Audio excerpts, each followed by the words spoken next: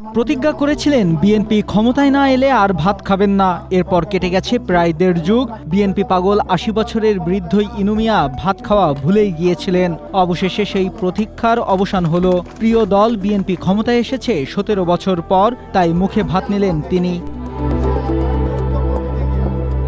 BNP নেতা শরীফুল আলম তাকে কথা দিয়েছিলেন দল ক্ষমতায় এলে নিজের হাতে ইনু মিয়াকে ভাত খাওয়াবেন। এবার শুধু বিএনপি ক্ষমতায় আসেনি, শরীফুল আলম সরকারের বস্ত্র ও পাট প্রতিমন্ত্রীর দায়িত্বও পেয়েছেন। তাই তিনি নিজের হাতে ভাত খাইয়ে ইনু মিয়ার অভিমান ভাঙান। এর আগে তিনি শুধু কলা, রুটি, বিস্কুট সহ শুকনা খাবার খেয়েই কাটিয়েছেন ১৭ বছরেরও বেশি সময়।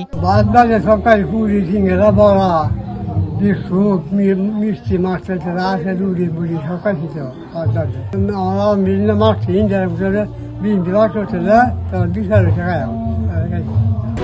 স্ট্রবেরি সুপার ডটেড ও ক্লাসিক ভ্যারিয়েন্ট সেন্সেশন জাগুক শিহরণ। ২০০৮ সালের নবম জাতীয় সংসদ নির্বাচনে ভোটকেন্দ্রে ভোট দিতে গিয়ে আওয়ামী লীগ কর্মীদের দ্বারা লাঞ্ছিত হন ইনু মিয়া। সেদিন আর ভোট দিতে পারেননি তিনি। তারপর প্রতিজ্ঞা করেন যতদিন না বিএনপি রাষ্ট্রীয় ক্ষমতায় আসবে ততদিন তিনি ভাত খাবেন না। পরিবার ও স্বজনরা নানাভাবে চেষ্টা করেও ভাত খাওয়াতে পারেনি ইনু মিয়াকে। আলাদা যে না ফাঁসিছে সেম পারে যখন না বসে তখন আমি ভাত খাইতাম না। আত্মীয় স্বজন বাড়ি না পোলাও টোলাও করে খাওয়াই হচ্ছে, কিন্তু উনা খাইছে না। বিএনপি ক্ষমতায় না এলেই ইনু মিয়া ভাত খাবেন না এমন খবর এলাকার সবারই জানা। অবশেষে তিনি ভাত খাওয়ায় খুশি স্থানীয় বিএনপির নেতাকর্মীরা। উনি ভোট দিতে গিয়েছিলেন।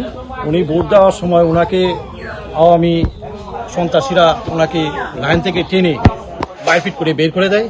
এরপর থেকে উনি প্রতিজ্ঞা করেন যে যতদিন পর্যন্ত বিএনপি সরকার ক্ষমতায় না আসবে ততদিন পর্যন্ত উনি ভাত খাবেন না। কিশোরগঞ্জের কুলিয়ারচর উপজেলার রামদি ইউনিয়নের জগৎচর পশ্চিমপাড়া গ্রামের বাসিন্দা ইনু মিয়া।